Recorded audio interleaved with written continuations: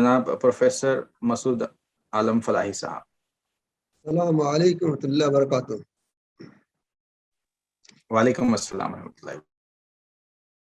حجۃ الوداع کا جو خطبہ ہے بیسیکلی اس میں 48 آرٹیکلز کہہ سکتے ہیں یا دفعات کہہ سکتے ہیں۔ اس میں کچھ محدثین نے کچھ نقل کیا ہے، کسی نے کچھ نقل کیا ہے، لیکن فی الحال ابھی 2005 میں کتاب چھپی ہے جس میں انہوں نے سارے جو آرٹیکلز ہیں یا جسے ہم اردو میں مادہ بولتے ہیں، دفعہ بولتے ہیں، اس کو اکٹھا کر دیا ہے۔ بہت طویل ہے۔ جو آج ہم یوم عرفہ کا جو سوشل جسٹس ڈے بنانے جا رہے ہیں، بیسیکلی اگر اس حجۃ الوداع کے خطبے کو پوری دنیا مان لے تو کہیں بھی ظلم و زیادتی نہیں ہو سکتی، کسی کے ساتھ ناانصافی نہیں ہو سکتی۔ ہم اس کو کئی طرح سے دیکھ سکتے ہیں۔ جو پہلا خطبے کا حصہ تھا، اس میں کہا تمہارا ایک ہے، تمہارا باپ ایک ہے، تم سب آدم کی اولاد ہو، آدم علیہ السلام مٹی سے بنے تھے۔ پھر کہا کہ تم میں سے اللہ کے نزدیک وہ ہے جو زیادہ تقوی شعار ہے، بے شک اللہ علیم و خبیر ہے۔ پھر کہا دیکھو کسی عربی کو کسی اجمی پر، اور کسی اجمی کو کسی عربی پر، کسی کالے کو کسی گورے پر، کسی گورے کو کسی کالے پر کوئی فضیلت نہیں ہے۔ اگر فضیلت ہے تو تقوی کی بنیاد پر ہے۔ پھر آپ نے نبی صلی اللہ علیہ وسلم نے آیت پڑھی سورہ حجرات کی آیت نمبر 13، جس میں کہا کہ یا ایھا الناس انا خلقناکم من ذکر و انثی وجعلناکم شعوبا وقبائل لتعارفوا ان اکرمکم عند اللہ اتقاکم۔ اے لوگو، ہم نے تم کو ایک ماں باپ سے پیدا کیا، ایک مرد عورت سے پیدا کیا، اور تمہیں قبیلے اور خاندان میں تقسیم کیا تاکہ تم ایک دوسرے کو پہچان سکو۔ تم میں سب سے افضل وہ ہے جو سب سے زیادہ پرہیزگار ہے۔ اللہ علیم و خبیر ہے۔ اللہ لوگوں کی پرہیزگاری، لوگوں کے تقوی کے حال کو جانتا ہے۔ یہ جو اسلام میں دو بہت امپورٹنٹ پوائنٹ ہیں، وحدت الہی، وحدت الہ، وحدت انسانیت، مطلب خدا کی وحدانیت، خدا کا ایک ہونا، اور انسان کا ایک ہونا، مطلب دنیا کے سارے انسان ایک ہیں۔ اسلام کی بنیادی جو ہم کہیں کہ فنڈامنٹل رائٹس میں آتا ہے، یا اسلام کی جو بنیادی تعلیمات میں سے ہے۔ اگر کسی انسان نے ان دونوں چیزوں کا انکار کیا تو وہ مسلمان نہیں ہو سکتا۔ اگر اس نے خدا کی وحدانیت کا انکار کیا تو مسلمان نہیں ہو سکتا۔ اگر اس نے انسان کی وحدانیت کا انکار کیا تو بھی مسلمان نہیں ہو سکتا۔ قرآن نے ایک جگہ نہیں، کم سے کم 4 جگہوں پہ یہ بتایا ہے کہ ہم نے تم کو یا ایھا الناس اتقوا ربکم الذی خلقکم من نفس واحدہ، لوگوں ڈرو اپنے رب سے جس نے تم کو پیدا کیا ایک جان سے۔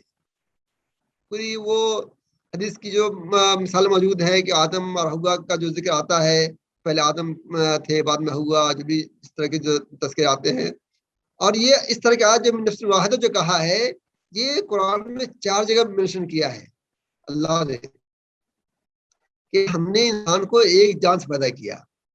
تو جب ایک جان سے پیدا کیا تو سب برابر ہوئے۔ جب سب برابر ہوئے تو فضیلت کس بنیاد پہ؟ فضیلت بنیاد کیا ہوگی؟ تقویٰ ہوگا۔ علم ہو سکتا ہے، لیکن علم بھی اگر علم ہے اور تقویٰ نہیں ہے تو وہ بنیاد نہیں ہے۔ اور اولاد آدم کی جو بات ہوتی ہے کہ انسان برابر ہے کہ نہیں ہے، یہ بات کے لوگوں نے پیدا کیا۔ اور ہم قرآن کی تعلیم دیکھیں، اگر ہم ہسٹری دیکھیں قرآن کے اکارڈنگلی، تو انسانوں میں جو تفریق پیدا کیا، یا انسانوں کے اندر جو کاسٹ کی بنیاد پر، قبیلے کی بنیاد پر، علاقے کی بنیاد پر جو تفریق پیدا کی، کیا جو برتھ کی بنیاد پر جو ہے بیسیکلی ابلیس کی پیدا ہوئی ہے۔ قرآن نے تقریباً 4 جگہوں پہ اس بات کا ذکر کیا ہے کہ جب اللہ تعالیٰ نے آدم علیہ السلام کو پیدا کیا اور سارے فرشتوں اور جنوں کو حکم دیا کہ تم جو ہے آدم کو سجدہ کرو، تو سب نے سجدہ کیا، لیکن جو ہے ابلیس نے سجدہ کرنے سے انکار کر دیا۔ بہت دلچسپ واقعہ ہے، سورہ اعراف کی آیت نمبر 11 سے 18 تک میں جو ہے اس کا ذکر ملتا ہے کہ جو اللہ نے پوچھا کہ تم نے سجدہ کیوں نہیں کیا، تو اللہ نے کہا کہ تجھے سجدہ کرنے سے کس چیز نے روکا؟ وہ بولا، ابلیس بولا، میں اس سے بہتر ہوں، تو نے مجھے آگ سے پیدا کیا اور اس کو مٹی سے پیدا کیا۔ تو اللہ نے اس کو بہت ڈانٹا، کہا تم میرے دروازے سے نکل جا۔ تو اس نے اللہ سے مہلت مانگی تو اللہ نے اس کو مہلت دیا۔ تو مہلت ملنے کے بعد شیطان کیا کہتا ہے، اب چونکہ تو نے مجھے گمراہ کیا ہے، اس لیے میں بھی قسم کھاتا ہوں کہ ان انسانوں کو گھات لگا کر تیرے سیدھے راستے پر بیٹھا رہوں گا، پھر میں ان پر چاروں طرف سے حملے کروں گا، ان کے سامنے سے بھی اور ان کے پیچھے سے بھی، ان کے دائیں سے بھی اور ان کے بائیں سے بھی، اور تو ان میں سے اکثر لوگوں کو شکر گزار نہیں پائے گا۔ اللہ نے کہا کہ نکل جا یہاں سے ذلیل اور مردود ہو کر، ان میں سے جو تیرے پیچھے چلے گا وہ بھی تیرا ساتھی ہوگا، اور میں تم سے جہنم بھر دوں گا، اور تم سب سے جہنم بھر دوں گا۔ اسی طرح کی ملتی جلتی آیتیں سورہ ہجر کی ہے 28 سے لے کے 44 تک، اس میں بھی جو ہے وہ کہتا ہے کہ جو ہے کہ اللہ میں ایسے کوئی سزا کیوں کروں جس کو تم نے سڑی گلے مٹی سے پیدا کیا ہے، اور میں آگ سے پیدا ہوا، اور آگ جو ہے افضل ہے مٹی سے۔ پھر جو ہے جو اللہ اس کو ڈانٹتے ہیں تو کہتا ہے، یا رب چونکہ تو نے مجھے گمراہ کیا ہے اس لیے میں قسم کھاتا ہوں کہ انسانوں کے لیے دنیا میں دلکشی پیدا کروں گا، ان سب کو گمراہ کر کے رہوں گا سوائے تیرے ان بندوں کے جنہیں تو نے ان میں سے اپنے لیے مخلص بنا لیا ہے۔ اللہ فرماتے ہیں، یہ ہے وہ سیدھا راستہ جو مجھ تک پہنچتا ہے، یقین رکھ جو میرے بندے ہیں ان پر تیرا کوئی زور نہیں چلے گا سوائے ان گمراہ لوگوں کے جو تیرے پیچھے چلیں گے، اور جہنم ایسے تمام لوگوں کا طے شدہ ٹھکانہ ہے۔ ان کے 7 دروازے ہیں، ہر دروازے میں داخلے کے لیے ان دوزخیوں کا ایک گروہ بانٹ کر دیا جائے گا۔ اسی طرح سورہ اسرائیل، بنو اسرائیل کی آیت نمبر 61 سے 65 میں بھی تفصیل سے ذکر کیا ہے۔ اللہ نے، شیطان نے کہا جب انکار کیا کہ کیا میں اس کو سجدہ کروں جسے تو نے مٹی سے پیدا کیا ہے؟ کہنے لگا، بھلا بتاؤ یہ ہے وہ مخلوق جسے تو نے میرے مقابلے میں عزت بخشی ہے؟ اگر تو نے مجھے قیامت تک کے لیے مہلت دی تو میں اس کی اولاد میں سے تھوڑے سے لوگوں کو چھوڑ کر باقی سب کے جبڑوں میں لگام ڈال دوں گا۔ اللہ نے کہا، جا پھر ان میں سے جو تیرے پیچھے چلے گا تو جہنم ہی سب کی سزا ہوگی، مکمل اور بھرپور سزا۔ یقین رکھ جو میرے بندے ہیں ان پر تیرا کوئی بس نہیں چلے گا، اور تیرا پروردگار ان کے رکھوالی کے لیے کافی ہے۔ اسی طرح آیت سورہ صاد کی آیت نمبر 71 سے 85 تک میں یہ بہت تفصیلی ذکر ہے، جس کا مختصر یہ ہے کہ البتہ ابلیس نے صدر نہ کیا، اس نے تکبر سے کام لیا، ہو گیا۔ اللہ نے کہا، ابلیس جس کو میں نے اپنے ہاتھوں سے پیدا کیا اس کو سجدہ کرنے سے تجھے کس چیز روکا؟ کیا تو نے تکبر سے کام لیا یا تو کوئی بہت اونچی ہستی میں شامل ہے؟ کہنے لگا، میں اس آدم سے بہتر ہوں، تو نے مجھے آگ سے پیدا کیا اور اس کو گارے سے پیدا کیا۔ یہ پوری جو قرآن کی فلسفی ہے، یا قرآن نے جو کاسٹ ہسٹری بیان کیا ہے، اس کو ہم ابلیس واد کہہ سکتے ہیں، شیطان واد کہہ سکتے ہیں۔ جس طرح جو ہمارے ملک میں الگ الگ ٹیکنالوجی موجود ہے، ہم نے اس کو ابلیس واد اور شیطان واد سے جوڑا ہے کہ انسان کو انسانیت پہ فضیلت دینا اس بنیاد پر وہ فلاں خاندان میں پیدا ہو گیا، وہ فلاں خاندان میں پیدا ہو گیا۔ اسلام نے کہیں پرویشن نہیں دیا ہے نبی کریم صلی اللہ علیہ وسلم کی جو خطبہ ہے خطبہ عرفہ، جس میں آپ صلی اللہ علیہ وسلم نے صاف صاف کہہ دیا لا فضل لعربی علی اجمین، کسی عربی کو اجمی پہ، کسی کا عربی کو اجمی پہ، کسی اجمی کو عربی پہ، کسی کالے کسی گورے پہ، کسی گورے کسی کالے پہ کوئی فضیلت نہیں ہے، اگر ہے تو تقوی کی بنیاد پر ہے۔ اس کے بعد جو آیت نازل ہوئی الیوم اکملت لکم دینکم واتممت علیکم، پوری آیت ہے سورہ مائدہ کی جو آیت ہے، اس میں یہ کہا کہ الیوم اکملت لکم دینکم واتممت علیکم نعمتی ورضیت لکم الاسلام دینا، آج ہم نے تمہارے دین کو تمہارے لیے مکمل کر دیا ہے، اپنی نعمت تم پر تمام کر دی اور تمہارے لیے اسلام کو دین کی حیثیت سے قبول کر لیا۔ سورہ مائدہ کا آیت نمبر 3 ہے۔ اب بتائیے، شاید مجھے پورا یقین ہے کہ قرآن کی آخری آیت ہے، اس کے بعد کوئی آیت نازل نہیں ہوئی، اسی کے بعد صلی اللہ علیہ وسلم کی وفات ہو جاتی ہے۔ تو اگر اس آیت کے مخالفت میں یا جو قرآن میں جو بے شمار آیات ہیں مساوات مقابلے میں، کوئی حدیث آتی ہے کسی انسان کسی قبیلے کی فضلت کے لیے، وہ اونچے خاندان کا ہے، وہ شرفا خاندان کا ہے، تو وہ حدیث اس قرآن سے کلیش کرتی ہے۔ اور حدیث کا جو مصطلح الحدیث کی کتابیں ہیں، جو حدیث کی اصطلاح کتابیں ہیں، تو موجود ہے کہ جو حدیث قرآن سے کلیش کرے، جو حدیث اسلام کی مسلموں اصولوں سے کلیش کرے، اس حدیث کو دیکھنا چاہیے کہ کیا وہ حدیث صحیح ہے۔ صحیح حدیث کبھی بھی قرآن کسی آیت سے اور اسلام کے کسی مسلمہ عقیدے سے کلیش نہیں کر سکتی۔ انسانی مساوات کا عقیدہ اسلام میں بالکل مسلم ہے، اس کے اندر کوئی شک نہیں، کوئی شبہ نہیں۔ جو آدمی اسلام کے اس مسلمہ عقیدے میں، وحدت انسانیت میں کیل و کال کرتا ہے اور اپنے بات کی تائید میں جھوٹی یا موضوع حدیث لے کے آتا ہے، بیسکلی وہ اللہ پہ الزام لگاتا ہے۔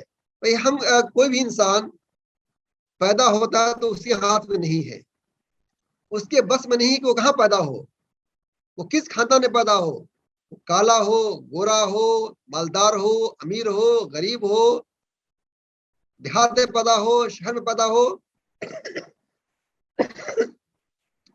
کہاں پیدا ہوا اس کے بس میں نہیں ہے۔ اگر ہم کسی کو پیدائش کی بنیاد پر ہم یہ سمجھتے ہیں تو ہم قرآن کا انکار کر رہے ہیں۔ قرآن نے کہا لقد کرمنا بنی آدم، ہم نے بنی آدم کو عزت بخشی ہے، ہم نے بنی آدم کو کرامت عطا فرمائی ہے، تکریم دی ہم نے ان کی میں نے۔ تو آج جتنے جو لوگ ہمارے دیکھیے، ہم کسی اور کی بات نہیں کر سکتے۔ ہمارے نبی صلی اللہ علیہ وسلم نے جو خطبہ دیا، امت مسلمہ آج کس حال میں پہنچی ہوئی ہے۔ امت مسلمہ کے اندر آج جو ہے بٹوارہ کس نام پر ہے؟ اہل بیت کے نام پر ہے۔ بٹوارہ کس نام پر ہے؟ شرفا کے نام پر ہے۔ بٹوارہ کس نام پر ہے؟ او بی سی کے نام پر ہے۔ بٹوارہ کس نام پر ہے؟ ایس سی ایس ٹی کے نام پر ہے۔ کیا اسلام نے پرمیشن دیا تھا؟ جو لوگ ان بنیادیں بٹوارہ کرتے ہیں، بیسکلی وہ اسلام کو نہیں مانتے ہیں، وہ شیطان کو مانتے ہیں، وہ ابلیس کو مانتے ہیں۔ ایسے لوگوں کو ہم ابلیس وادی کہیں گے، ایسے لوگوں کو ہم شیطان وادی کہیں گے۔ نبی کے وسلم کی بے شمار جو عملی نمونہ موجود ہے کہ آپ نے اپنے خاندان کی لڑکیوں کی شادیاں کہاں کرائیں؟ غلاموں سے کرائی۔ قرآن کی آیت فلما قضا زید وطن زوجنا کہا کہ جب زید کی ضرورت پوری ہو گئی، حضرت زینب کے بارے میں آتا ہے، تو ہم نے اے نبی آپ سے شادی کر دی۔ یہ واقعہ کیا ہے؟ حضرت نبی صلی اللہ علیہ وسلم نے چاہا کہ اپنی بہن زینب بنت جہش کا نکاح اپنے آزاد کردہ غلام زید بن حارثہ سے کر دے، تو قریش کے لوگ اپنے آپ کو بہت اونچا مانتے تھے۔ انہوں نے چاہا کہ نہیں، ہم تو بھائی افضل لوگ ہیں، ہم کیسے ایک غلام سے شادی کر سکتے ہیں۔ ان کے ہزاروں کے بھائی عبداللہ نے بھی بات کہی، لیکن سورہ حجرات کی آیت 32 کو نازل ہوئی کہ فلما قضا، جب نبی صلی اللہ علیہ وسلم اور جب اللہ اس کا رسول کسی بات کا فیصلہ کر لے تو کسی مومنہ کے لیے اس بات کا اختیار نہیں کہ اس میں کوئی اس کو اختیار رہے۔ اس آیت کی نازل ہونے کے بعد حضرت زید کی شادی حضرت زینب بنت جھش سے ہو گئی۔ اب بتائیے، اس کے علاوہ حدیث میں آتا ہے کہ نبی کریم صلی اللہ علیہ وسلم کی کوئی بھی اہلیہ، کوئی بھی بیوی جو ہے ان کے خاندان بنو ہاشم کی نہیں تھی، سب دوسرے قبیلے کے سے تھی۔ نبی کریم صلی اللہ علیہ وسلم میں 4 بیٹیاں تھیں، 3 بیٹی کی شادی بنو امیہ میں شادی ہوئی، ایک کی شادی جو بنو ہاشم میں ہوئی، اور وہی جو بنو امیہ بنو ہاشم کی لڑائی تھی، جو قبائلی لڑائیاں تھیں جاہلیت کی، بعد میں اسلام لانے کے بعد بھی جو ہے بعد میں وہ چلتی رہی، اور اسی نے اسلام میں اہل بیت اور نان اہل بیت کا تصور پیدا کر کے مسلم امت کو قبیلے کی بنیاد پر، برت کی بنیاد پر تقسیم کر دیا۔ آج یہ ہم دیکھتے ہیں کہ بہت سے ہمارے علماء اور بہت سے ہمارے دانشوران مسلمانوں کو جاتی کی بنیاد پر، برت کی بنیاد بانٹتے ہیں، کسی طرح سے جائز نہیں ہے۔ یہ حجۃ الوداع کی خطبہ کے بالکل مخالف ہے۔ اگر ہم دوسرے لفظ میں کہیں کہ جو یہاں کا سسٹم ہے ہمارے ملک کا، اس کے مطابق ہے، وہ اسلام کے مطابق نہیں ہو سکتا۔ اسلام نے سارے انسان کو، چاہے کسی بھی قوم پیدا ہوا ہو، اسلام نے ہر انسان کو چاہے کسی مذہب پیدا ہوا ہو، انسان کی بنیاد پہ کوئی تفریق نہیں پیدا کی ہے۔ اگر تفریق پیدا کی ہے تو اس کے برے اعمال اور اچھے عمل پہ کیا ہے۔ اگر انسان اچھا عمل کرتا ہے تو وہ اچھا ہے، اگر برا عمل کرتا ہے تو برا ہے، وہ چاہے کسی خاندان پیدا ہوا ہو۔ لیکن بہت سے علماء ہیں جنہوں نے اپنے فتویٰ کے ذریعہ، بہت سے علماء ہیں جنہوں نے اپنے اسلام کے اس مسلمہ اصول کو، وحدت انسانیت کو تباہ و برباد کر دیا۔ اور آج جو امت اس پستی میں ہے، کیوں ہے؟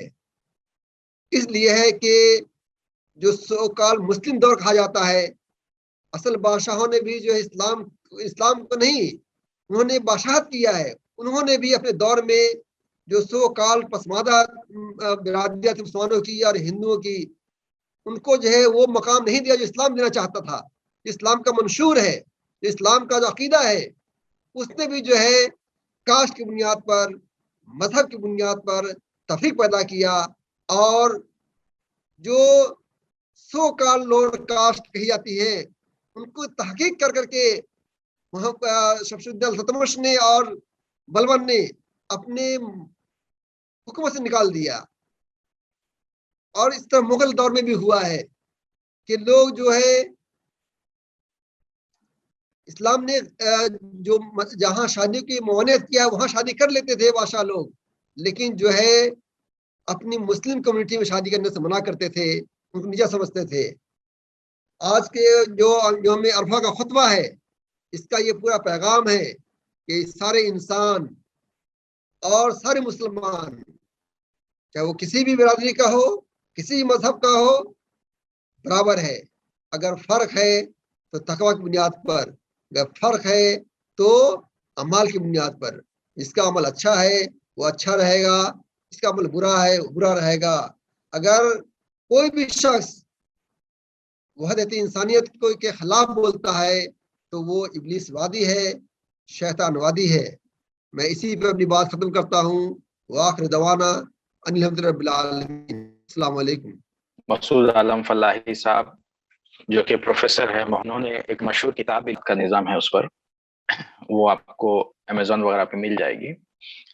میں پھر سے دھنیواد کرتا ہوں پروفیسر صاحب کا کہ آج آپ نے جو یوم عرفات کا جو دن ہے، اس میں ورلڈ سوشل جسٹس ڈے ہم منا رہے ہیں، اس کا حصہ آپ بنے اپنے قیمتی وقت نکال کے، تو بہت بہت دھنیواد۔ اب میں گزارش کروں گا کہ حضرت عبدالقدیر صاحب جو اسٹیٹ پریزیڈنٹ ہے راشٹریہ مسلم مورچہ تلنگانہ سے، کہ اس موضوع پہ آپ بات کریں، اپنی بات رکھیں۔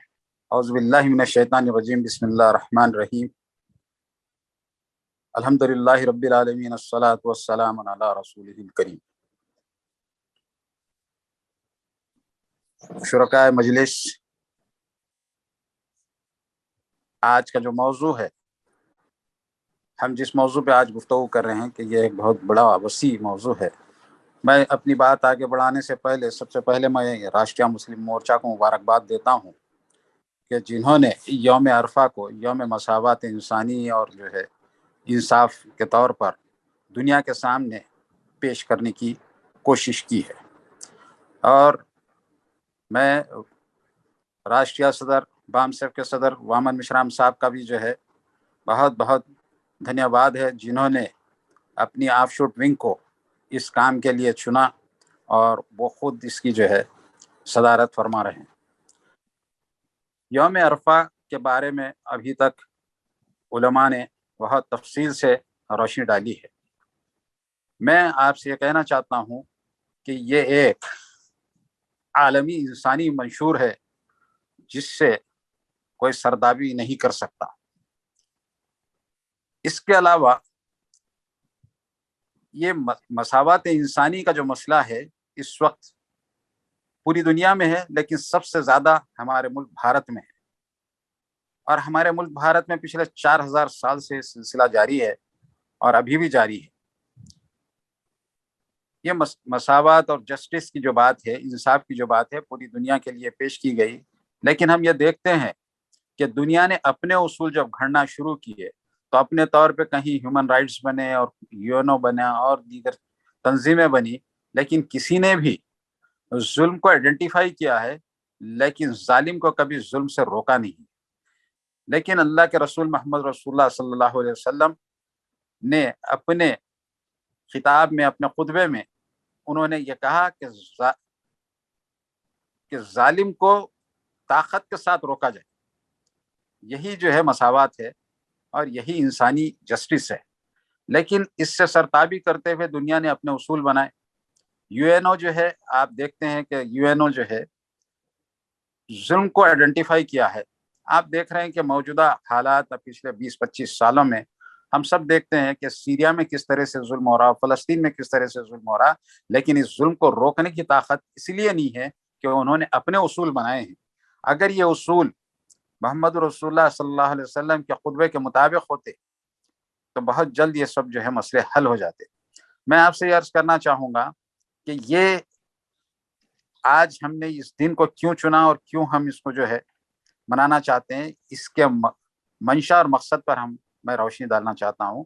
علماء نے بیان کر دیا ہے کہ خطبے کی جو ہے تمام جو آرٹیکلز ہے اس پر جو ہے بڑی تفصیل سے بات آ چکی ہے، میں پھر اس کو دہرانا نہیں چاہتا ہوں، لیکن اس کا مقصد یہ ہے کہ ہم لوگوں کو یہ بتائیں، اور ہم نے جو کام کو عملاً بھول گئے ہیں، ہم نے جو ہے 1400 سال پہلے محمد رسول اللہ نے حجۃ الوداع کے خطبے میں جو باتیں کہی تھی، ہم کو زبانی ضرور یاد ہے، لیکن عملاً ہم اس کے اوپر کوئی توجہ نہیں دی، اس کی گہرائی پر ہم نے نظر نہیں ڈالی اور اس پر ہم کام نہیں کیے۔ یہ بات کہتے ہوئے شرمندگی کے ساتھ کہتا ہوں کہ ہم نے 1000 سال 800 سال ملک میں بھارت میں حکومت کی، لیکن اس طرف توجہ نہیں کی، ہمارے حکمرانوں میں بھی توجہ نہیں کی، حالانکہ وہ سب مسلمان تھے۔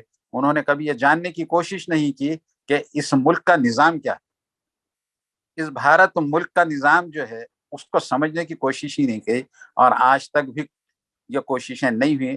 الحمدللہ بامسیف کی آف شوٹ ونگ راشٹریہ مسلم مورچہ نے اس کا بیڑا اٹھایا ہے کہ لوگوں تک یہ بات پہنچے کہ اسلام کیا چاہتا ہے، اور عالم انسانیت کا منشور جو ہے وہ محمد رسول اللہ نے جو ہے پیش کر چکے ہیں، اور وہ منشور قیامت تک کے لیے ہے۔ اب کوئی منشور میں تبدیلی نہیں آ سکتی ہے۔ جب اس پر غور کریں گے تو ہم کو سمجھ میں آ جائے گا کہ یہی منشور ہے جو دنیا کے سامنے رکھنا تھا، جو ذمہ داری ہماری تھی، ہم نے اس کو پوری نہیں کی۔ اب مجھے بڑی خوشی ہے اور اس بات کا فخر ہے کہ بامسیف نے اس ذمہ داری کا بار اٹھایا۔ بامسیف نے اس وقت یہی اس کی تحریک ہے، یہی ان کا وہ ہے، ان کی آئیڈیالوجی ہے، ان کی فکر یہی ہے کہ وہ جو ہے مساوات قائم کرنا چاہتے ہیں اس ملک کے اندر۔ جو عدم مساوات ہے، جس کے اندر جو ہے ایک برہمن جو ہے، برہمن واد جو ہے، یعنی لوگوں کو دبا کر اپنا غلام بنا کر جس طرح سے ان پر ظلم اتیاچار جاری رکھا ہے، اس کے خلاف BAMSEF کے صدر وامن مشرام صاحب کی جو کوششیں ہیں اس سے انکار نہیں کیا جا سکتا. یہ کوششیں ہم کو ساتھ مل کر کرنے کی ہے. اگر ہم محمد رسول اللہ کے امتی ہیں تو پھر ہمارے سامنے وہ منشور بالکل کھلا ہے.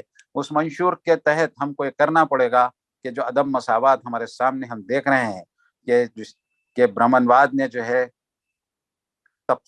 ورنا سسٹم کے تحت جو ہے ذاتوں میں تقسیم کر دیا, 6000 ذاتوں میں تقسیم کر دیے, اور ان پہ آج بھی ظلم جاری ہے. ہم یہ چاہتے ہیں کہ اس موقع پر یوم عرفہ کا یہ پیغام ہے کہ دنیا میں بسنے والے تمام انسان ایک مرد اور ایک عورت کی اولاد ہیں, اور یہ آدم کی اولاد ہیں. اس میں کوئی بھی چھوٹا اور بڑا نہیں ہو سکتا, سب برابر ہیں. لیکن برہمنوں کا یہ وہ ہے کہ وہ کہتے ہیں کہ ہم سپر ہیں سب سے, باقی لوگ نیچے ہیں, اور شودر تو بہت نیچے ہیں, اس کے بعد اتی شودر ہیں.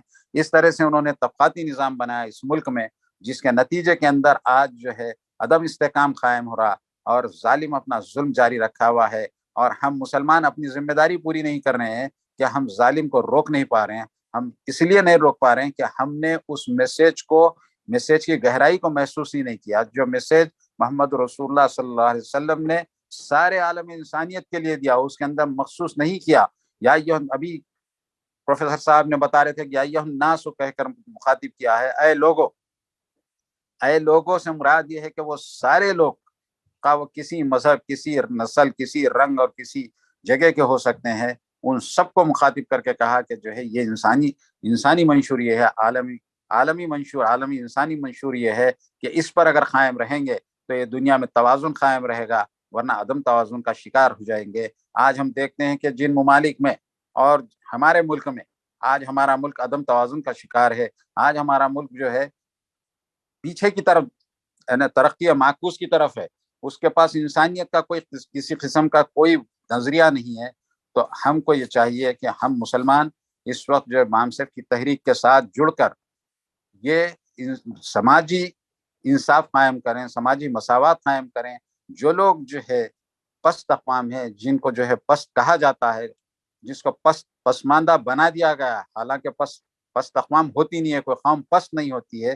ہر قوم پیدا ہوئی ہے اپنی ماں کے پیٹ سے, وہ جو ہے ایک محترم پیدا کی گئی. اللہ تعالیٰ نے ارشاد فرمایا ہے کہ میں نے انسان کو بہترین تخلیق کیا ہے, بہترین تخلیق کیا ہے اللہ تعالیٰ نے انسان کو. انہیں اپنی کرنی سے, اپنے اعمال سے, اپنے رویے سے پست ہوتا ہے. تو قوم کوئی پست پیدا نہیں کیے, قوم تو جو ہے ساری قوموں کو اللہ نے پیدا کیا ہے.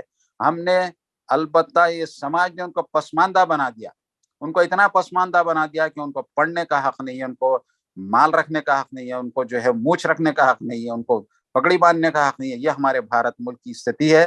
آج موجودہ طور پہ ہم دیکھتے ہیں کہ آج ایسے لوگ ہیں کہ ان کو کہ سر پہ پگڑی اگر کوئی باندھتا ہے تو وہ گوارا نہیں ہے, اگر کوئی گھوڑے پر سواری کرتا ہے تو وہ گوارا نہیں ہے, کوئی مونچھ رکھتا ہے تو وہ گوارا نہیں ہے. تو اس سے اندازہ لگائیے کہ کتنی اندر تک یہ جو ہے یہ جڑیں کتنی اندر مضبوطی کے ساتھ ہیں, کہ وہ یہ چاہتے ہیں کہ کچھ لوگ غلام رہیں اور وہ جو ہے حکمرانی کرتے رہیں. اور اسلام نے محمد رسول اللہ صلی اللہ علیہ وسلم کے بعثت, خود سب سے بڑا کام آپ نے جو ہے اپنی بعثت کے بعد, بعثت سے پہلے بھی آپ نے انسانیت کی خدمت کی, اور جب بعثت ہو گئی تو اس وقت بھی آپ نے انسانوں کو انسانوں کی غلامی سے آزاد کیا. آپ کا مشن یہی تھا, آپ کے صحابہ کا مشن یہی تھا کہ انسانوں کو انسانوں کی غلامی سے آزاد کیے, اور آزاد کر کے ایک اللہ کا اطاعت گزار فرما بردار اور اللہ کا غلام بنائے, ایک خالق کائنات کا غلام بنائے. تو یہی مشن تھا. اس مشن کو ہم نے بھلا دیا, اس لیے بھلا دیا کہ ہم جو ہے نسل در نسل کے مسلمان ہیں. ہم نے صرف یہی سمجھا کہ ہمارے تمام لوگ ہم اس بات پہ توجہ کرتے رہے کہ ہم کو جو ہے عبادات کی طرف کس طرح سے لائیں, معاملات اور سماجیات کی طرف ہم کو جانے نہیں دیا گیا. لیکن دین اور قرآن نے سماجیات پہ زیادہ بات کی ہے عبادات سے زیادہ. عبادات تو اللہ کی جو ہے فرائض ہیں جس کی تکمیل ہر شخص کو کرنا ہے, لیکن سماجیات پہ اللہ تعالیٰ نے اپنے سارے قرآن میں سماجیات پہ زیادہ بات کی ہے, معاشیات پہ بات کی ہے. ہم کو اس در آنے نہیں دیا گیا. اللہ کے رسول کی ذات مبارکہ اور آپ کی زندگی ساری زندگی سماجی امور پر رہی ہے. ساری زندگی میں آپ نے کس طرح سے سماج کو ڈیولپ کیا، وہ تمام چیزیں جو ہے موجود ہے ہم اس ملک میں. بہرحال میں یہ چاہتا ہوں کہ جو ہے میں ان باتوں کو نہ دہراؤں جن کو ہمارے علماء، پیشرو علماء نے دوہرا چکے ہیں. میں چاہتا ہوں کہ اس ملک میں ہم کو وہ تمام افراد، وہ تمام طبقات جو مظلوم ہیں ان کے ساتھ کھڑے ہونا ہے، اور ان کو ظلم سے جو ہے، ظالم کو روک کر ان کو ظلم سے بچانا ہے. ان کے ساتھ ہم کو جو ہے کاندھے سے کاندھا ملا کر ہم ان کے ساتھ آگے بڑھیں، تاکہ جو ہے ظالم کی قوت کم ہو جائے اور مظلوموں کا اتحاد بن جاتا ہے تو ظالم کمزور پڑ جائے گا. اور جب تک ہم یہ اتحاد قائم کرنے کے لیے ہم مسلمان ان مظلوموں کے پاس نہ جائیں، تب تک یہ اتحاد قائم نہیں ہو سکتا. جب تک ہم یہاں اپنی باتیں کرتے رہیں گے تو ہم ہرگز جو ہے مظلوموں کی مدد نہیں کر پائیں گے. مظلوم کے پاس ہم کو جانا چاہیے، ہم کو جانا پڑے گا. ہم کو یہی حکم دیا گیا، ہم کو یہی تربیت کی گئی ہے کہ ہمارے دین میں محمد رسول اللہ کا اسوہ یہ تھا کہ وہ کمزوروں کے پاس جاتے تھے، کمزور کو اپنے پاس کبھی نہیں بلائے، کمزور کے پاس جاتے تھے اور اس کی مدد فرماتے تھے. اور یہی ہم کو کرنا ہے. اور میں سمجھتا ہوں کہ یہ اگر ہم جس دن یہ بیڑا اٹھا لیں راشٹریہ مسلم مورچہ کے ذریعے سے، ہم پورے ملک بھارت میں جہاں کہیں بھی ہماری جو ہے تنظیمیں ہیں اور اس کے یونٹس ہیں، ہم یہ بیڑا اٹھا لیں کہ ہم جو ہے مظلوموں تک جائیں، ان سے ملیں اور ان کے مسائل سے واقفیت حاصل کریں. اور آپ کو یقین مانیے کہ ہمارے اور ان کے مسائل میں، مسلمانوں کے اور مظلوموں کے مسائل میں کوئی فرق نہیں ہے، بلکہ ان کے مسائل ہم سے زیادہ ہے، ہمارے مسائل تو کچھ کم ہیں. تو ہم مل کر ان مسائل کا حل تلاش کریں. اور میں جب تک ہم کامیاب نہیں ہو سکتے کہ جب تک ہم لوگ جو ہے، ہم مسلمان، سارے مسلمان اس بات کو طے کر لیں کہ ہم کو مظلوموں کا ساتھ دینا ہے، نہ کہ ظالموں کی طرف کھڑے رہنا ہے. ہم کو یہ ذہن سے نکال دینی چاہیے کہ مظلوم جو قومیں ہیں ان کے بارے میں عام طور پہ ہمارا خیال یہ ہے کہ یہی وہ لوگ ہیں جو ہمارے ساتھ ظلم کرتے ہیں. تو لیکن ہم کو یہ غور کرنا پڑے گا کہ ان کو استعمال کیا جاتا. میں آپ سے عرض کرنا چاہوں کہ اس دن کو ہم اس طرح سے منائیں، اور اس کا سلسلہ اب بھارت میں شروع ہوا، اور ہم سمجھتے ہیں کہ یہ پوری دنیا میں جو ہے آگے چل کر انشاءاللہ اس دن کو یوم مساوات منایا جائے گا، یوم انصاف منایا جائے گا. جس وقت یہ بات پوری دنیا میں پھیل جائے گی کہ آج کا دن دراصل نہ صرف محترم ہے، بلکہ آج کے دن کا جو میسج ہے وہ میسج اہم ہے. ہم یہ سمجھتے ہیں کہ آج کا دن صرف اس لیے اہم ہے کہ وہ یوم العرفہ ہے. عرفات کے میدان میں پوری دنیا سے لوگ جمع ہوتے ہیں حج کے لیے، ایک فریضہ ادا کرنے کے لیے، اور وہ عرفات کے میدان پہنچتے ہیں. اور اس لیے پہنچتے ہیں کہ اگر وہاں نہ پہنچے تو وہ حج مکمل نہیں ہوتا. لیکن اس کے اندر جو میسج ہے ہم اس میسج پر غور نہیں کرتے. وہ میسج یہ ہے کہ پوری دنیا کے مسلمان آتے ہیں، کالے گورے ہر کوئی آتا ہے، لیکن حکمراں بھی آتے ہیں، محکوم بھی آتے ہیں، غلام بھی آتے ہیں، ملکوں کے حکمراں آتے ہیں، لیکن سب کا لباس ایک ہوتا ہے، اور سب کو اسی کھلے آسمان کے نیچے سب کو رہنا پڑتا ہے، سب کو رہنا پڑتا ہے. تو یہی مساوات تھی، یہی مساوات کا درس اس یوم عرفہ کے دن دیا گیا.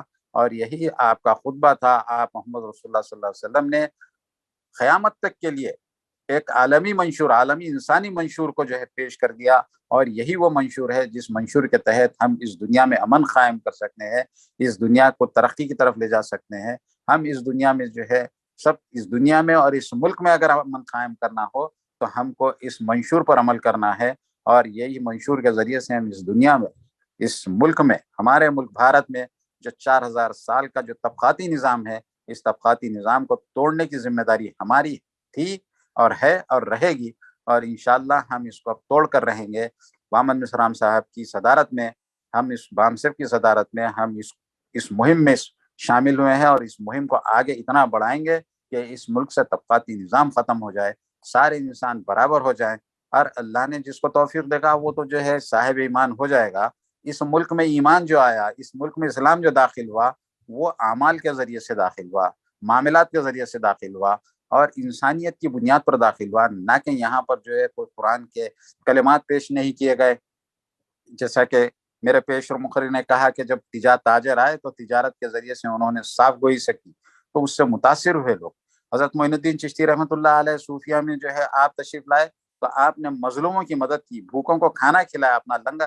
ہم سب جانتے ہیں کہ حضرت معین الدین چشتی رحمۃ اللہ علیہ کا لنگر آج بھی مشہور ہے، اور اس لنگر کے ذریعے سے یہی ہوتا تھا کہ مجبوروں کو، مفلسوں کو، کمزوروں کو آپ اپنے ساتھ بٹھا کر کھلاتے تھے.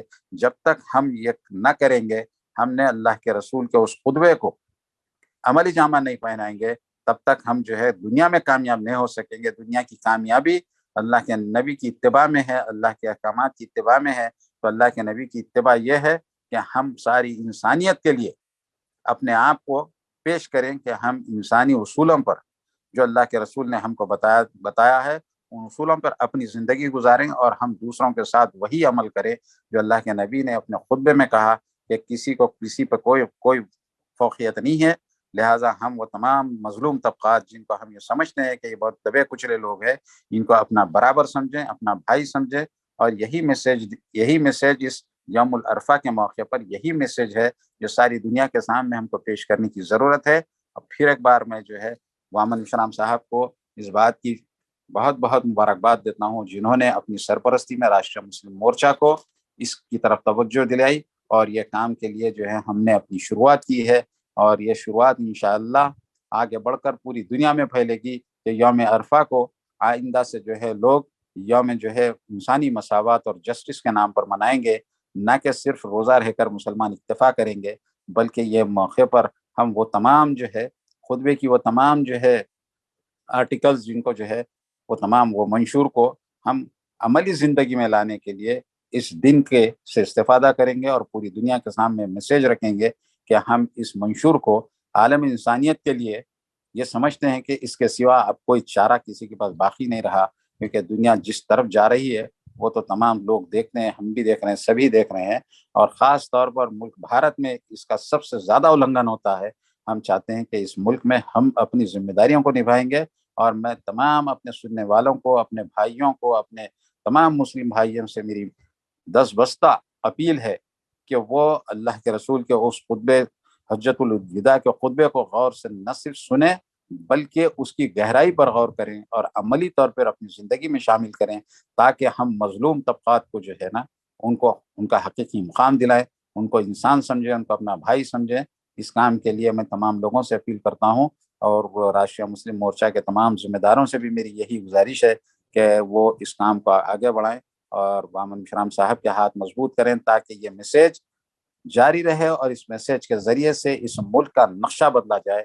اس ملک کی تقدیر جو ہے ان مظلوم طبقات کے ہاتھ میں ہے، نہ کہ جو ہے وہ ظالم طبقات کے ہاتھ میں ہے.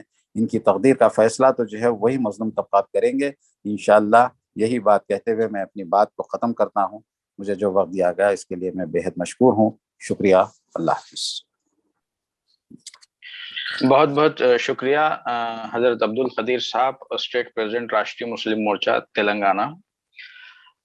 ساتھیوں، اللہ کے رسول کا جو فائنل خطبہ تھا اس کی اہمیت یہ ہے کہ وہ تحریک چلائے، پھر تحریک کے اوپر تقریر کی. اگر ہم بنا تحریک کے تقریر کریں گے تو اس کی کوئی اہمیت نہیں رہے گی. تو میں نے ماننیہ وامن مشرام صاحب کو تحریک چلاتے ہوئے دیکھا ہے اور اپنی تحریک کو تقریروں کے ذریعے پھیلاتے ہوئے دیکھا ہے. تو حجت الوداع کا جو خطبہ ہے اس پر عمل کرنے کا ایک طریقہ میں نے وامن مشرام صاحب سے سیکھا ہے اور میں نے ان کو کرتے ہوئے دیکھا بھی ہے. سب سے پہلے میں دھنیواد کرتا ہوں وامن مشرام صاحب کا کہ آج انہوں نے ورلڈ سوشل جسٹس ڈے منانے کے لیے اپروول دیا اور اس کی ادھیکشتا کرنے کا فیصلہ کیا. اس کے لیے دھنیواد. اور میں آمنترت کرتا ہوں آج کے صدر، پریزیڈنٹ آف دا میٹنگ، ادھیکش آف دا میٹنگ، ماننیہ وامن میشرام صاحب، نیشنل پریزیڈنٹ بامسیف اور بھارت مکتی مورچہ، کہ وہ آئیں اور اپنا خطاب کریں. ہلو ہلو، آپ کی آواز آ رہی سر، آپ کی آواز آ رہی سر. ساتھیوں، آج راشٹریہ مسلم مورچہ کے دوارا جو ورچوئل میٹنگ آیوجت کی گئی ہے، لگ بھگ سبھی وکتاؤں کے دوارا اپنی باتیں پوری طرح سے وہ کہہ چکے ہیں. میں کنکلوڈنگ میں کچھ باتیں آپ لوگوں کے سامنے رکھنا چاہتا ہوں. سب سے پہلے دیش میں حالات اور پرستتیاں بہت زیادہ گمبھیر ہے.